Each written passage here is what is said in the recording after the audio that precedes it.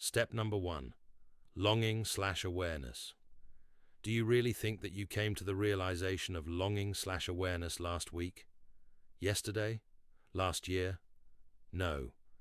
We told you last week that each of the individuals now hearing our voice, in this room and all of the thousands of other places, has been aware of this period of time since the beginning of their experience on this plane, that each of the people who now hear the truth has been involved in this experience, that is, the preparation and the celebration, at least twice before.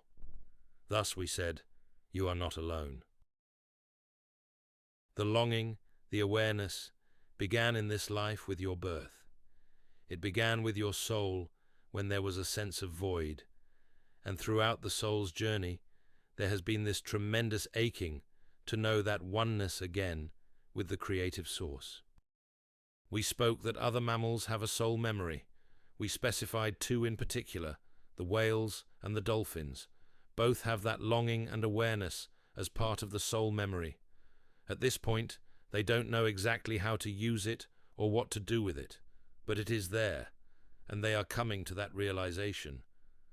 Doesn't it seem rather strange that suddenly, in the past 20 or 30 years, so much energy has been directed toward these two mammals in attempting to understand and communicate with them? Could they possibly know something that humanity does not, or vice versa? Their music, their sound, is an audible recording of that longing/awareness.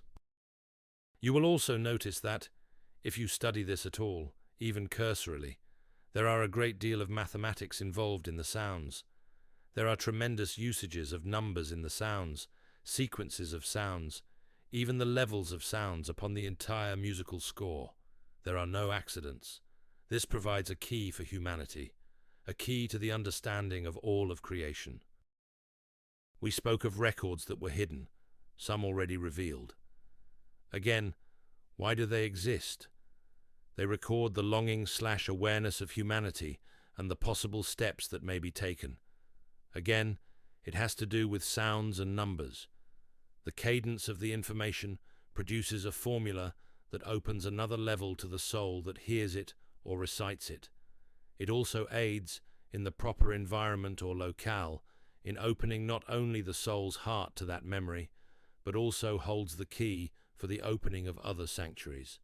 There are no accidents. You will see time and time again how things overlap, one with the other, and humanity quaintly says, "My, isn't that a coincidence?" There are no accidents. Everything is interlocked. Just as atoms interlock to create this chair, this body, so too, all of the information is interlocked. Of course, there have been attempts to deceive. One may say, well, that is negative energy. Perhaps yes, in the misunderstanding of its own presence in all of creation, but even when there has been that element to deceive, it has worked in the reverse manner. It has been used as a fuel for those that have that longing/awareness, longing to be a part and at one with the creative source, aware that there is a higher quality to life than existence. That is most important, the first step. One graduates from being in the earth plane, partaking of its joys and its sparkle, to enhancing that, to give it greater meaning. Each of you in this room, or within the range of my voice, have felt a void in your heart when you have given time to the thought of your own spirituality. Each of you has come to the realization that there is a greater, more majestic, if you will, quality to life, that there is order, balance, harmony, and justice to life. Yet it has always eluded you, as if it were on the tip of your tongue, but you couldn't quite define it. So, because of that first step, you have moved to the second, which is the true purpose of all life. Now, understand, we are not speaking of life on this plane, this life expression, alone. We are speaking of life in all its billions of core forms. There is one word, knowledge. The purpose of life is to gain knowledge. That is the primary purpose of the soul. By expanding and learning, acquiring knowledge, Each soul takes, receives, another glimpse of the wonder of the creative source. Each time the soul acquires another glimpse of the creative source, the acknowledgement of that learning becomes a prayer of glorification to that creative source, and through that, to self. Everything has meaning. Everything has form. There are no extraneous thoughts or ideas. Everything comes together in that creative source. Think how many times you have blessed and glorified the creative source, and in turn, yourself, when you have learned something new. Your life becomes a constant prayer.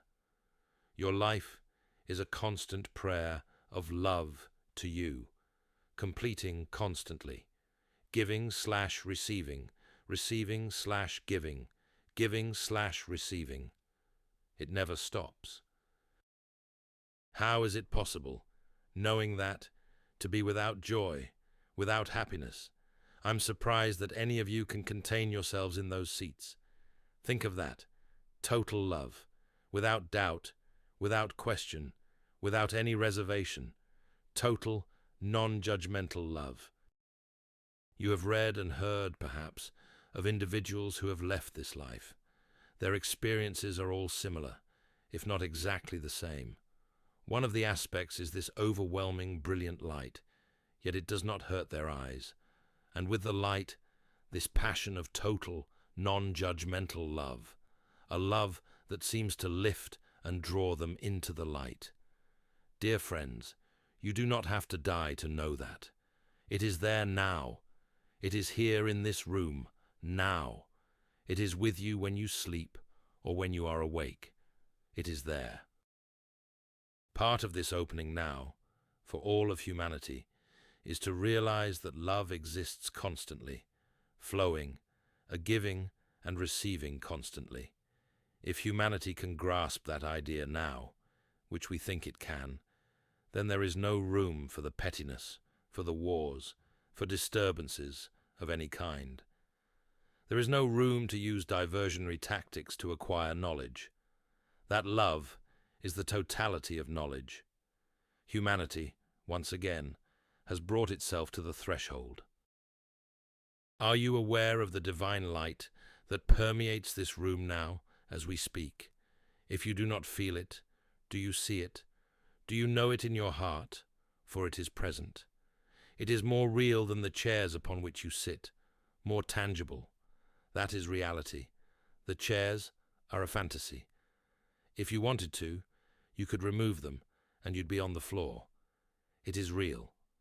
So, the second step, the second blessing for all humanity, is knowing the true purpose of life.